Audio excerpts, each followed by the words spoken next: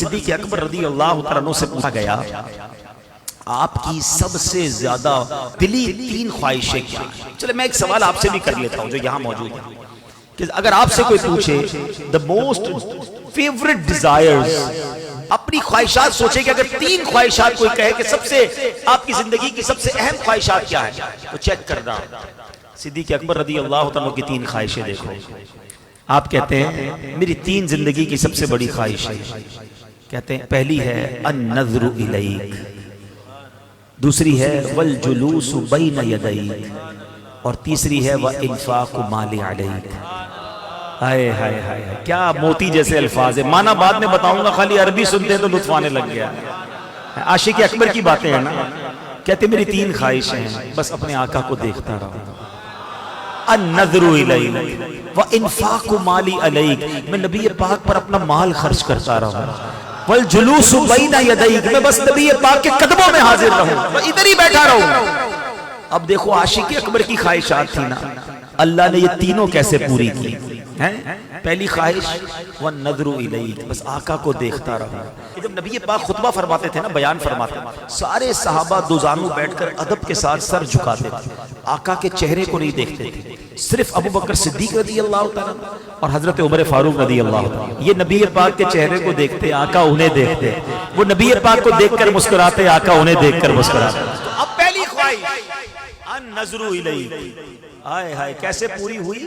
کتابوں میں ایک جملہ میں نے پڑھا کہ وہ عبادت جو صدیق اکبر نے غار ثور میں نبی پاک کے دیدار والی عبادت کی نا، جب آقا گود میں تھے. ٹرائی ٹو انڈرسٹینڈ، ذرا ریئلائز کرو، جب کوئی کسی کی گود میں ہوتا ہے دیدار کیسا ہوتا ہے. آنکھیں کیسی دیکھی ہوں گی، ابرو کیسے دیکھے ہوں گے، داڑھی کیسی دیکھی ہوگی، پیارے آقا کے مبارک کان کیسے دیکھے ہوں گے، اور کتنا جی بھر کے دیکھا ہوگا. علماء کہتے ہیں جس وقت صدیق اکبر نبی پاک کا اس وقت جو دیدار کر رہے تھے، کائنات میں وہ عبادت کوئی اور نہیں کر رہا. صرف صدیق اکبر کو یہ مقام حاصل تھا کہ اس طرح نبی پاک کا دیدار نصیب ہوا. اللہ نے پہلی خواہش ایسے پوری کی.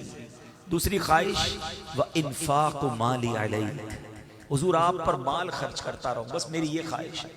آپ نے ایک بار نہیں، ایک سے زائد بار نبی پاک کی بارگاہ میں اپنا سارا مال پیش کیا. پہلے ایک اور بات بتاؤں کہ پیارے آقا علیہ الصلوۃ والسلام حدیثوں میں لکھا کہ صدیق اکبر رضی اللہ تعالیٰ عنہ کا مال یوں استعمال فرماتے تھے جیسے اپنا مال استعمال فرماتے ہیں.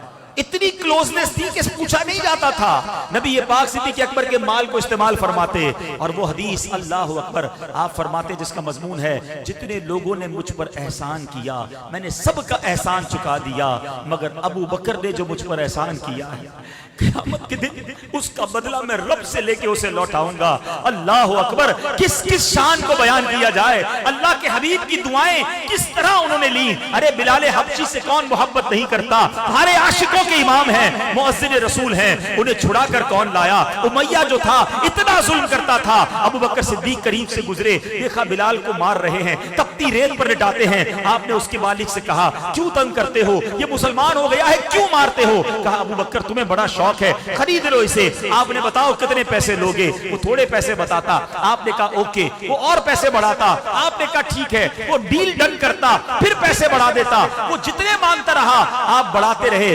آخرکار ایک رقم پر فیصلہ ہو گیا. آپ نے جب پیسے دیے، امیہ پتہ ہے کیا کہتا ہے؟ کہتا ہے ابو بکر تم تو بڑے کاروباری تھے، تمہارے کاروبار کی میں نے بڑی باتیں سنی، تمہاری ڈیل بڑی زبردست ہوتی تھی. آج تم نے کیا کیا؟ جو مانگا تم نے دے دیا، بڑا مہنگا غلام خریدا ہے. اللہ اکبر. ابو بکر صدیق کہتے ہیں اے امیہ تم بلال کی قیمت کیا جانو، تمہیں کیا معلوم یہ کون ہے. ارے تم اس سے زیادہ مانگتے، میں تمہیں اتنے دیتا.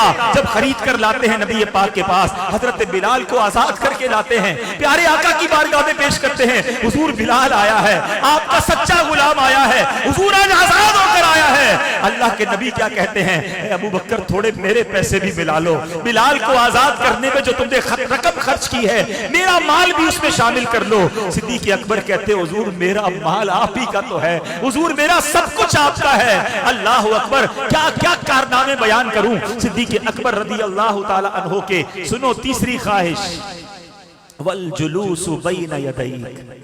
کہتے حضور میری تمنا ہے کہ بس آپ کے قدموں میں زندگی گزرے. زندگی تو گزاری مگر جب وفات کا وقت قریب آنے لگا، آقا تو تشریف لے جا چکے تھے نا دنیا سے ہیں، مگر صدیق اکبر رضی اللہ تعالیٰ عنہ نے وصیت کیا کی، کہتے دیکھو جب میرا وصال ہو جائے نا تو میری میت کو نبی پاک کی بارگاہ میں لے جانا، روضے کے سامنے رکھ دینا اور یہ کہنا کہ حضور ابو بکر حاضر ہے، اگر اندر سے اجازت مل جائے تو ساتھ دفن کر دینا، اجازت نہ ملے تو جنت البقیع میں دفنا دینا۔ یہاں ایک بڑی باریک سی بات ہے، عقیدے کی بات کر دوں، یہ تو وصیت صدیق اکبر نے کی کتابوں میں لکھا، صحابہ نے کیوں عمل کیا؟ کیونکہ صحابہ جانتے تھے کہ حضور مزار میں حیات ہیں۔ سارے صحابہ کا اس وصیت پہ عمل کرنا کہ حضور سنتے بھی ہیں، جانتے بھی ہیں، دیکھتے بھی ہیں، تو زندہ ہے واللہ، تو زندہ ہے واللہ، میرے چشم عالم سے چھپ جانے والے اے عاشقو تمہیں مبارک ہو، یہی صحابہ کا عقیدہ ہے۔ صدیق اکبر کا بھی یہی عقیدہ ہے، ورنہ وصیت کیوں کرتے؟ کہتے مزار پہ لے جانا، عرض کرنا حضور آپ کا یار حاضر ہے، ابو بکر حاضر ہے، اجازت دیں تو اندر دے جانا ورنہ بقیع میں دفنا دینا۔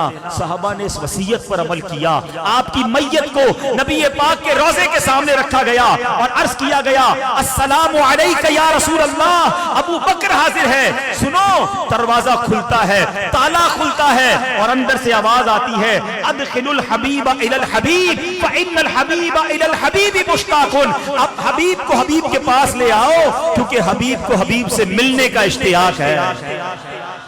صدیق اکبر آج مزار میں بھی نبی پاک کے ساتھ موجود ہے، والجلوس بین یدیک، ارے آج بھی آقا کے پاس ہیں، آج بھی روضہ انور کے اندر ہیں۔ عاشق اکبر نے 3 تمنائیں بتائی تھیں، اللہ نے وہ تینوں کیسی پوری کی۔ دنیا میں کروڑوں لوگ جب بھی روضہ رسول پر جاتے ہیں الصلاۃ والسلام علیکہ یا رسول اللہ عرض کرتے ہیں اور پھر صدیق اکبر کو بھی سلام کرتے ہیں، عمر فاروق رضی اللہ عنہ کو بھی سلام کرتے ہیں۔ کیا مقدر پایا ہے۔